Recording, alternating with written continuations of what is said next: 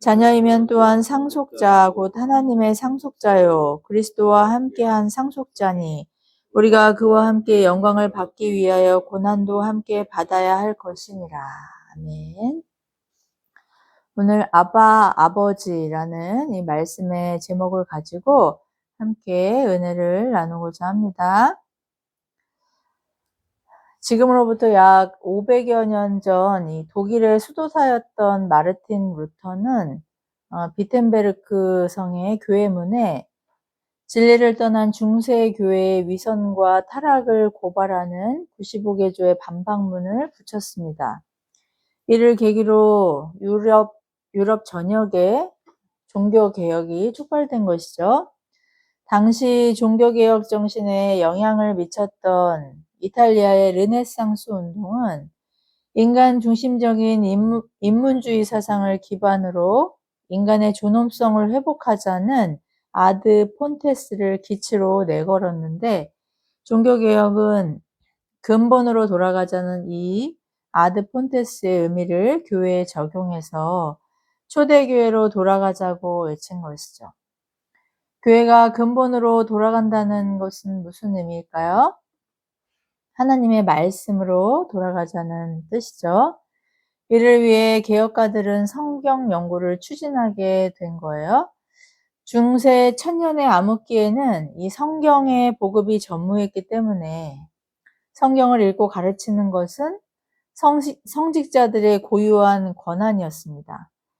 개혁가들은 하나님 앞에서 진리를 따른다는 데는 이 성직자뿐만 아니라 모든 사람이 평등한 만인 제사장이니 이 성물이나 성화, 마리아와 또 성인 숭배, 또 지나친 성직자 의존 등의 이런 미신적이고 의존적인 형식을 버리고 오직 말씀으로 돌아가자는 진리의 회복과 갱신을 촉구한 것이죠.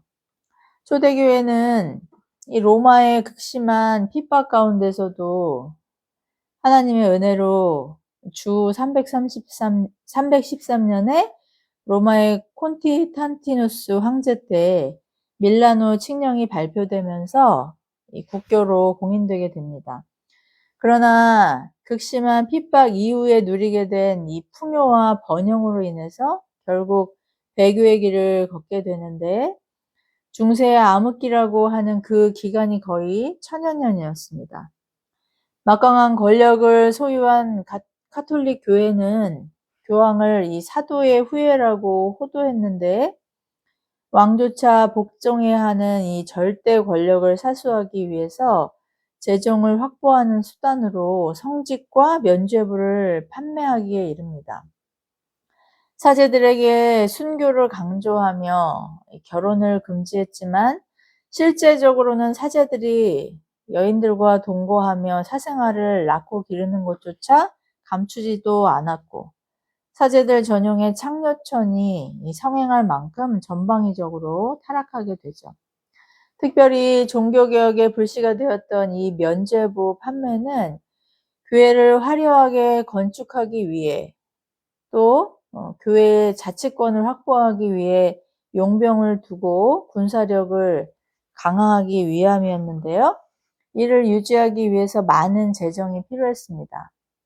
처음에는 십자군 전쟁에 참여했던 군인들에게 이 죄를 용서받게 한다는 보석의 취지로 판매했던 면죄부가 이 돈벌이가 되니까 나중에는 전 국민에게 확산되어서 연옥에 있는 죽은 가족이 살아있는 가족들이 구매한 면죄부를 통해 천국으로 튀어 올라간다는 이 해괴망측한 설교로 속여서 막대한 부를 축적하기에 이릅니다. 카톨릭의 연옥 교리는 사람이 죽으면 영생의 천국과 영벌의 지옥의 심판이 있다는 이 성경의 진리를 왜곡하는 이단 사상입니다. 애매하게 착한 사람이 연옥을 간다는 것이죠. 착하게 살았지만 선행이나 공덕이 부족해서 아직 천국에 갈 수 없는 이 경계선에 있는 신자라는 그런 의미일 거예요. 살아있는 가족이나 친구가 돈으로 면죄부를 사서 그들에게 공독을 채워주면 천국에 간다는 이 허무맹랑한 이단 사상이 바로 연옥교리인데, 중세의 신자들이 이 터무니없는 감언이설에 속은 이유는 그들이 성경을 듣고 배울 기회가 없었다는 데 있습니다. 심지어 성직을 매매로 산 성직자들조차 라틴어로 된 성경을 읽지 못해서 전통적인 예식과 이 미신적인 교리를 추종하고 이런 이단 사상과 미신을 신자들에게 그대로 전수한 것이죠. 마리아 숭배 사상 역시 카톨릭의 중심 교리입니다. 하나님과 우리 사이의 유일한 중보자는 예수님뿐만이 아니라 예수님의 어머니 마리아나 마리아의 어머니 안나, 그리고 사도들과 성인들에 이르기까지 확대해서 신자가 꼭 예수님이 아니어도 마리아나 성인에게 기도하는 것으로 하나님의 응답을 기대할 수 있다는 이런 비성경적인 교리는 성경을 알지 못하는 무지에서 기인한 것입니다. 성경을 알지 못하고 말씀에 무지했던 이 흑암이 관영했던 이런 중세 교회와 신자들에게 진리로 돌아가자, 성경으로 돌아가자, 성상을 파괴하고 성인과 교황 숭배를 버리고 오직 말씀을 알고 예수님만 의지하고 또 예수님의 이름으로만 기도하자가 종교개혁의 정신입니다. 오늘 말씀을 통해 500여 년 전에 이 비진리의 영이 현재 우리의 교회 안에서 버젓이 활동함에도 여기에 편승하고 저항하지 않은 결과로 자정 능력을 상실한 교회의 타락과 위선을 보게 됩니다. 우리가 여기에 적극적으로 저항하지 않는 것은 타협하는 것이고 공범이 되는 것이라는 경계를 통해 다시 말씀과 기도로 돌아가자는 종교개혁가의 후예들로 새롭게 되어서 아빠, 아버지께 회복과 갱신을 위해 부르짖고 응답받는 역사의 길을 예수 그리스도의 이름으로 축복합니다. 사도 바울이 고린도에서 이 로마에 흩어져 있는 가정교회들에게 보낸 편지로 알려진 로마서는 오직 믿음으로 구원받는다는 이 이신칭의를 선명하게 변호하는 소논문이자 또 친교와 가르침을 담은 다양한 장르의 서신서입니다.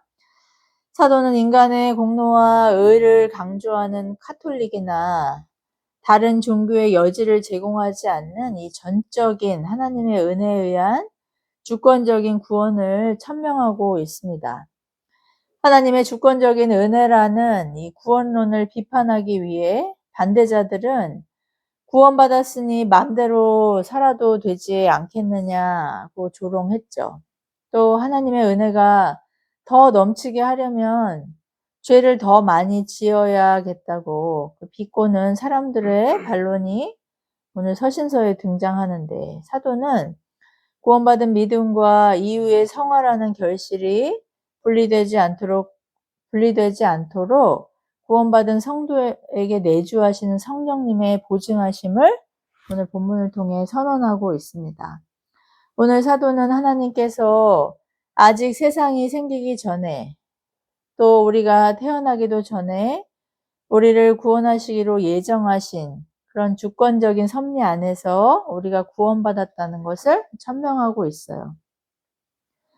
최초의 인류의 그 타락의 영향으로 인간은 태어나는 순간 본질상 진노의 자식이자 멸망할 자식이었는데, 하나님의 때가 참에 예수 그리스도께서 이런 죄인들을 찾아오셔서 복음을 듣게 하시고 그 유효한 부르심에 반응하는 생명으로 거듭나게 하신 인생들을 하나님의 자녀가 되게 하신다는 이 믿을 수 없는 은혜를 선포하고 있는 것이죠. 육신의 생각과 삶으로 살아가던 죄인이 그리스도의 생명으로 거듭나는 과정에 이 개입하시는 성령께서 비천하고 연약한 죄인을 성전 삼아 영원토록 거하신다는 임재 사건이 오늘 본문에 기록되어 있습니다. 육신의 삶이란 어떤 것입니까? 내가 내 삶의 주인이라고 큰 소리치지만 사실은 죄의 종이 되어서 하나님을 원수로 대적하고 미워하고 우리의 사상과 삶에서 철저히 무시하는 삶이 바로 육신의 삶인 것이죠. 예수님 당시 종교 지도자들은 그들이 죄의 종이요 마귀의 자식이라고 책망하시는 주님께 자신은 종이 된 적이 없다고 그렇게 우겼습니다. 그러나 여러분, 마귀가 이 거짓말과 고자질에 능한 존재라는 것을 그들의 이 새빨간 거짓말을 통해서도 확인하게 됩니다. 평생을 타향해서 이방인들 틈에 더부살이 하면서 이리저리 유랑하던 아브라함과 족장들이 이스라엘 민족의 조상이었고, 심지어 애굽의 노예로 430년을 총살이했던 이력이 있었고, 또 로마의 압제 가운데에서 한시적으로 이 마카비 왕조에 의해 한 100여 년간 자치권을 유지한 적은 있었지만 결국 로마의 식민인 자신들이 종이 된 적이 없다는 이 망상을 큰 소리치던 그들이었다는 것을 우리는 발견하게 되죠. 이런 현상은 이 현재를 사는 이 세상도 크게 다르지 않습니다. 자유와 인권이라는 이름으로 다른 사람의 자유를 심각하게 침해하고 억압하는 이 포괄적 차별금지법이라는 이름도 그럴듯한 법을 보아도 그렇지 않나요? 반인륜적이고 비윤리적인 성도착을 소수자의 인권이라는 이름으로 그렇게 포장해서 그것의 부작용과 또 인류에 미치는 악영향을 고발하는 이 교회와 또 대다수의 사람들을 억압하고 심지어 법적으로 탄압하는 이런 악법도 자유라는 명분으로 행해지지만 사실 본질은 극단적인 쾌락이라는 죄에 종된 인간의 본성임을 보게 되죠. 다양한 중독의 증상은 어떤가요? 심지어 의도는 좋은 일이나 공부나 인간관계조차 자신과 대상을 파괴하고 불행하게 만드는 중독이 되어서 나도 내가 왜 이런지 알 수 없다고 절규하게 만드는 그런 중독이라는 것을 생각할 때 우리가 어떻게 자유로운 존재라고 할 수 있겠습니까? 인간에게 자유란 것이 얼마나 역설적인 의미인지를 우리가 안다면 창조주 되신 이 선하신 하나님께 철저히 의존한다는 의미의 종으로서 이 피조물로 또 대리자로 상속자로 거듭난다는 것의 의미의 그 무게에 감격할 수밖에 없는 것이죠. 종은 철저히 의존적인 존재이기 때문에 그 주인의 성향이 매우 중요한 생존의 원인이 됩니다. 선한 주인의 종은 행복하지만 인색하고 폭력적인 주인을 만나면 지옥을 살게 된다는 것이죠. 공산주의 국가나 또 살인과 폭력이 일상이 된 그런 무정부 국가에서 그런 악한 지도자들의 종으로 살다가 죽어간 많은 희생자들의 역사를 우리가 보고 있지 않나요? 인간은 창조주 하나님께 철저히 종속된 피조물이자 종이지만 하나님은 인간을 착취하고 이용하고 소모하는 악한 주인이 아니라 독생자이신 예수님의 생명을 담보로 주시기까지 이 종을 사랑하는 주인이시기 때문에 그 주인의 종들은 행복할 수밖에 없는 것이고 하나님이 우리에게 주시고자 한 자유의 참된 의미를 누리게 되는 것입니다. 진리이신 예수 그리스도가 너희를 자유롭게 하신다는 말씀의 의미가 여기 있는 것이죠. 이렇듯 그리스도의 그 십자가의 대속의 공로로 죄사함과 부활 생명으로 구원받은 종은 중세 암흑기의 성도들이 무서워했던 이 흑사병과 전쟁과 기근으로 심판하시는 하나님을 달래기 위해 면죄부를 사고 또 성물을 숭배하는데 자원을 낭비하던 데서 돌이켜 하나님을 아빠, 아버지라고 부르며 친밀함 가운데 교제하게 된다는 것을 오늘 사도는 우리에게 천명하고 있습니다. 마가복음 16장에서 겟세마네 동산에서 기도하시던 주님은 하나님을 아빠, 아버지라고 부르셨고 또 마태복음에서도 하나님을 아버지라고 부르신 것을 기원으로 해서 오늘 사도는 그리스도의 영으로 거듭난 성도는 이렇게 하나님을 친밀한 아빠로 부르게 된다는 복음이자 기쁜 소식을 전하고 있습니다. 주님 당시 유대인들의 언어는 이 아람어였기 때문에 주님이 아빠라는 의미의 아람어인이 아바라는 호칭으로 성부 하나님을 부르신 것이죠. 왜 이렇게 부르셨을까요? 하나님께서 부모에게 절대적으로 우선적인 자녀의 친밀하고 자비로운 아버지이심을 보여주시기 위함이었죠. 무서워하는 이 종의 영에 사로잡혀서 하나님을 바로 알지 못하는 이 불쌍한 백성들에게 하나님이 우리에게 어떤 분이신지를 가르쳐 주시기 위함이었던 것이죠. 어떤 사람은 심리적인 이유로 하나님을 아버지라고 부르기 어렵다고 해요. 원가족 안에서 역기능적인 아버지로 인한 이 부정적인 경험으로 인해 하나님과도 친밀함을 누리지 못한다고 합니다. 사실 완벽한 가정이란 없고 누구나 어느 면에서는 이 역기능적인 환경에서 자유로울 수 없지만 너무나 좋은 부모를 만나 하나님을 인격적으로 신뢰하는 데 큰 어려움을 겪지 않는 분들도 역시 있을 것입니다.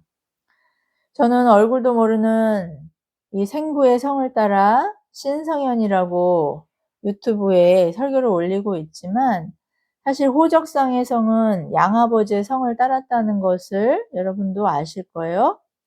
생부가 누구인지도 모르는 데다 제가 양육받은 원 가정도 심각한 역기능 가정이었기 때문에 사실 아버지라는 이름에 대해 그 누구보다 부정적일 수밖에 없는 일인이기도 하죠. 그런데 신기하게도 어릴 적 경험한 이 교회의 부정적인 영향에도 불구하고 성인이 되어서 다시 교회에 출석하게 된 그날부터 저는 하나님을 아버지라고 부르는 것이 너무나 좋았습니다. 하나님과 원가정의 아버지가 중첩된다거나 그것이 장애가 돼서 하나님에 대한 두려움과 공포로 꺼려지는 경험은 없었습니다. 당시에는 말씀에 대한 지식도 또 이해도 관심도 많지 않았지만 설교 듣고 찬송 부르고 기도하는 시간이 너무나 좋았습니다. 언제나 독서가 일상이었던 저는 시간이 지나면서 자연스럽게 성경을 읽게 되었고 말씀을 알고 싶다는 소원이 생겨서 닥치는 대로 경건서적을 읽고 유명 설교자의 설교 테이프를 구입해서 낮이고 밤이고 듣게 되었고 이런 선순환 덕분에 더욱 말씀을 사모하게 된 것 같아요.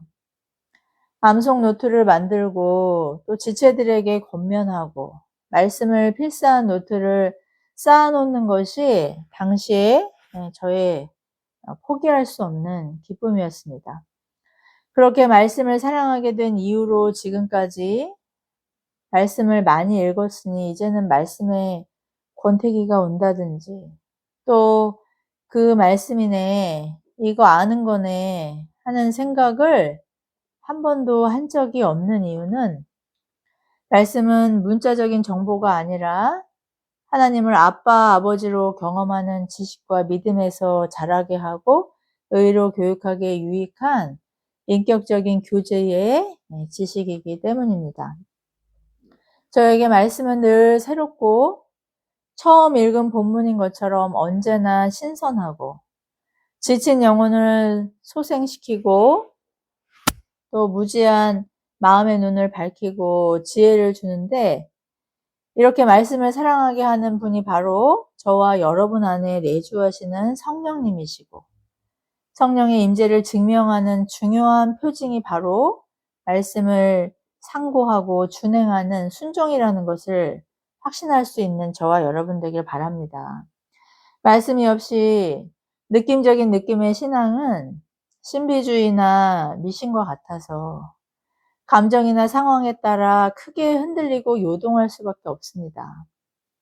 굳건하게 우리를 지지해주고 붙들어 매주는 영혼의 닷과 같은 능력을 줄 수 없는 것이죠. 중세 암흑기의 신자들이 전 재산을 탕진하면서까지 면죄부를 사고 성물을 수집하고 고행과 공로의 삶을 낭비한 이유는 이렇듯 말씀을 통해 인격적으로 하나님을 경험하지 못했기 때문이죠. 하나님에 대한 오해와 왜곡이 중세 교회의 천년의 암흑기의 자양분이 된 것입니다. 여러분, 여러분에게 하나님 아버지, 아빠 아버지는 어떤 분이신가요? 거부할 수 없는 이끌리는 사랑과 은혜를 주시는 경외해야 할 하나님이신가요? 아니면 벌 주고 심판하시고 징계와 책망으로 일관하시는 이런 역기능적인 아버지인가요? 이단이나 사이비들은 이렇게 말씀을 통해 하나님을 인격적으로 경험하지 못해 무서워하는 그런 열심 있는 교인들을 미혹합니다. 아무 생각 없이 교회를 출입하는 사람은 사실 여러분 그들의 관심 밖의 대상인 것이죠. 열심은 있지만 진리에 무지하고 심지어 진리에 관심 없지만 열정은 넘치는 이런 중직들. 진리를 아는 지혜에 대한 갈망보다 그 지식을 통해 자신의 의와 공로를 드러내고 싶어하는 지난주 설교에서 사도행전의 마술사 시몬처럼 나의 업적과 능력을 자랑하려는 사람들을 기가 막히게 찾아내고 미혹하는 것이죠. 그런 영향력 있는 사람들을 포섭해야 교회가 분열되고 무너지는 데 이용될 수 있기 때문이에요. 교회에서 선포되는 인격적인 말씀은 느낌이 팍 안 오기 때문에 형통이니 축복이니 재물의 영이니 은사니 하는 이렇게 심장을 쫄깃거리게 만드는 신기한 말씀을 배우기 위해 여기저기 찾아다니고 신기한 능력을 볼거리로 제공하는 집회를 찾아다니면서 그 능력을 경험하고 소유해서 나의 나 된 것이 오직 하나님의 은혜가 아니라 나를 값주고 사신 예수 그리스도의 그 복음의 빚진 자라는 그런 채무의식이 아니라 유명 목회자나 강사의 은혜라고 교주로 추정하면서 나의 열심과 공로를 자랑하는 사람들을 콕 집어내는 도 같은 사람들이 바로 그런 이단과 사이비들이에요. 베드로 사도는 그의 베드로전서에서 마귀가 우는 사자처럼 삼킬 자를 찾아 여기저기 다닌다고 했어요. 마귀가 부지런하다는 것은 익히 아시지 않습니까? 잠도 안 자고 안 먹고 미혹할 자를 찾아다니는 것이 마귀의 초능력인데 왜 그렇게 열심히 찾아다녀요? 주님께서 항상 경고하셨듯이 종말이 가까울수록 마지막 때가 가까울수록 그들에게 정해진 심판과 멸망이 이제 얼마 남지 않았기 때문에 다급해져서 더 열심히 그렇게 함께 멸망할 자들을 열심히 찾아다니는 것이죠. 교인들이 그런 소문난 잔치에서 기웃거리면 반드시 우는 사자를 만나게 되는 거예요. 양육받고 섬기는 교회의 지도 아래 인내하면서 말씀을 듣고 배우려고 하지 않고 단기 속성 같은 기적과 은사에 마음과 자원을 쏟으면 그런 사자를 반드시 만나게 되는 것입니다. 말씀을 지속적으로 읽고 듣고 관심을 갖고 마음을 쏟으면 깨닫는 지혜와 방편을 주셔서 믿음과 은사의 분량에 합당한 풍성한 은혜를 주시는 분이 바로 우리가 아빠라고 부르짖는 하나님이심을 항상 기억할 수 있길 바랍니다. 위대한 스승이신 성령께서 꿈이나 환상이나 음성으로가 아니라 말씀을 통해 우리에게 하나님을 아는 지식과 깨우침을 주신다는 확신 가운데 말씀과 기도에 더 많은 시간과 자원과 소원을 두고 아빠 아버지가 주시는 넘치는 사랑과 그 은혜의 수혜자로 감사와 찬송을 드리는 저와 여러분 되길 축복합니다. 이렇게 말씀을 통해 하나님을 아빠 아버지로 고백하며 기도의 자리에서 부르짖는 자녀들에게는 구원에 대한 확신과 굳건한 신앙을 주셔서 우리의 매일의 삶 속에서 벌어지는 두렵고 놀랍고 무서운 일에도 크게 요동하지 않고 평안 가운데 신앙을 견지하고 섬김을 지속할 수 있는 능력이 공급됩니다. 형통으로 인해 교만하지 않게 하시고 고난으로 인해 너무 낙심하지 않도록 붙드시는 성령께서 우리에게 주시는 소원이 바로 하나님을 아는 지식인 말씀에서 자라가는 것임을 확신할 수 있기를 바랍니다. 정말 많은 미혹하는 영들이 주류 교단 안에도 스타 사역자들을 통해 역사해서 청소년들과 또 청년들과 중직자들을 그들의 눈부신 광채로 유혹하고 있습니다. 이제는 이단이 대놓고 활개를 치기도 하지만 의심하지 않았던 교단과 목회자들까지 이런 미혹하는 영에 사로잡혀서 택하신 자녀들을 믿음에서 파산하도록 밀가불듯이 충동하고 미혹하는 말세지말의 때입니다.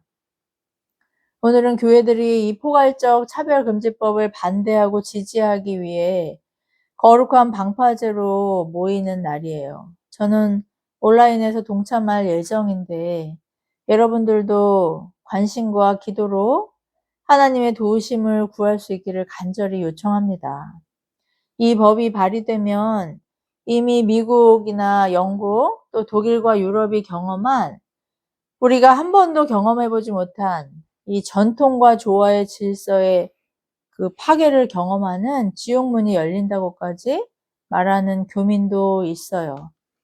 이런 영적 전쟁에 동참해서 그리스도의 좋은 군사로 동역할 수 있는 저와 여러분 되길 바랍니다. 이 악법은 동성애를 반대하는 이 자유민주주의를 흔드는 이 악법은 동성애를 반대해도 또 자유민주주의를 흔드는 사상을 반대해도 심지어 타종교나 이단에 대한 반대도 처벌하는 악법입니다.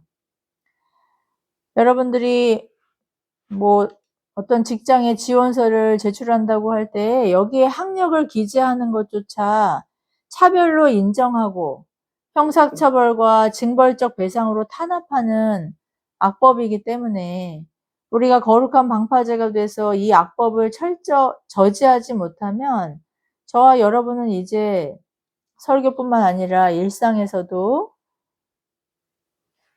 이런 것들을 반대하지 못하고 또 이런 것들을 의견을 피력하지 못하고 심지어 교회에 신천지 같은 이단이 들어와도 신천지 아웃을 외칠 수 없는 벙어리가 되는 것이죠.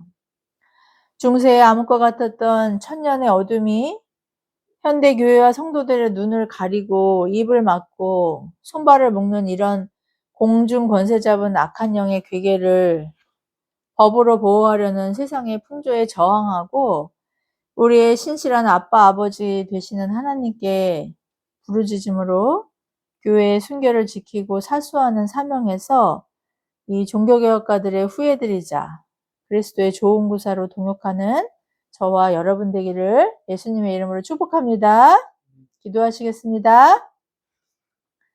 자비로우신 하나님 아버지 은혜를 감사합니다. 오늘 말씀을 통해 중세의 그 영적인 암흑기에서 말씀으로 돌아가자를 외치며 또 순교와 핍박과 여러 가지 환난을 감당하며 하나님의 진리를 수호했던 종교개혁가들의 그 정신을 저희로 다시금 확신케 하시고 깨닫게 하시는 애 감사와 찬양드립니다. 하나님 아버지 우리 안에 의를 향한 또 진리를 향한 그 은사와 열정을 부릴 듯 있게 하셔서 불의 앞에 침묵하지 않게 하시고 또 타협하지 않게 하시고 담대히 진리를 선언함을 통해 진리의 등불을 사수하며 또 외치는 자의 소리 되어서 아직 우리의 들지 않은 영혼들과 주님께서 피값으로 사신 우리의 든 그 영혼들을 사수하고 지키는 파수꾼의 사명 넉넉히 감당할 수 있는 저희 모두가 될 수 있도록 은혜를 더하여 주시옵소서. 모든 말씀 보배롭고 존귀하신 예수 그리스도의 이름으로 간절히 기도드리옵나이다. 아멘.